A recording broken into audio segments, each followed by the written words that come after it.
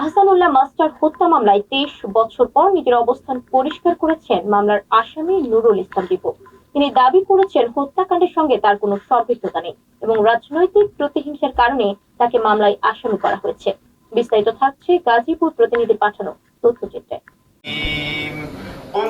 বহুল আলোচিত শহীদ আহসান উল্লাহ মাস্টার হত্যা মামলায় দীর্ঘ 23 বছর পর নিজের অবস্থান পরিষ্কার করেছেন মামলার আসামি ও জাতীয় ছাত্র সমাজের সাবেক কেন্দ্রীয় সাধারণ সম্পাদক নুরুল ইসলাম দীপু।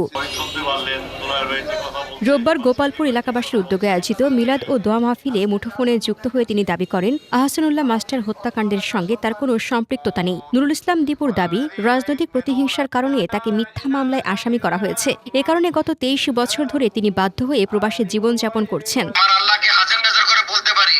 আহসানুল্লাহ মাস্টারের এই হত্যার সাথে আমরা কেউ জড়িত না। হত্যার সুষ্ঠু বিচারের দাবি জানাচ্ছি।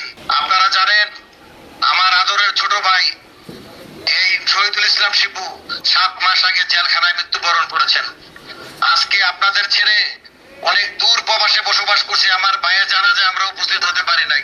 আমার এলাকার এই মুরব্বীদের ছেড়ে, আমার এলাকার আদরের ছোট ভাইদের ছেড়ে আমার মনে হয় আমি একটি খোলা জেলখানায় আবদ্ধ আছি।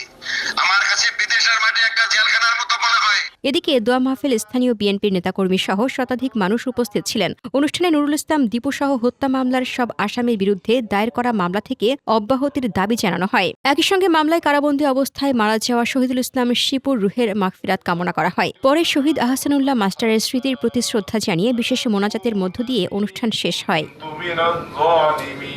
গাজীপুর থেকে মোহাম্মদ নুরুজ্জামান শেখের পাঠানো তথ্যচিত্রে ডেস্ক রিপোর্ট।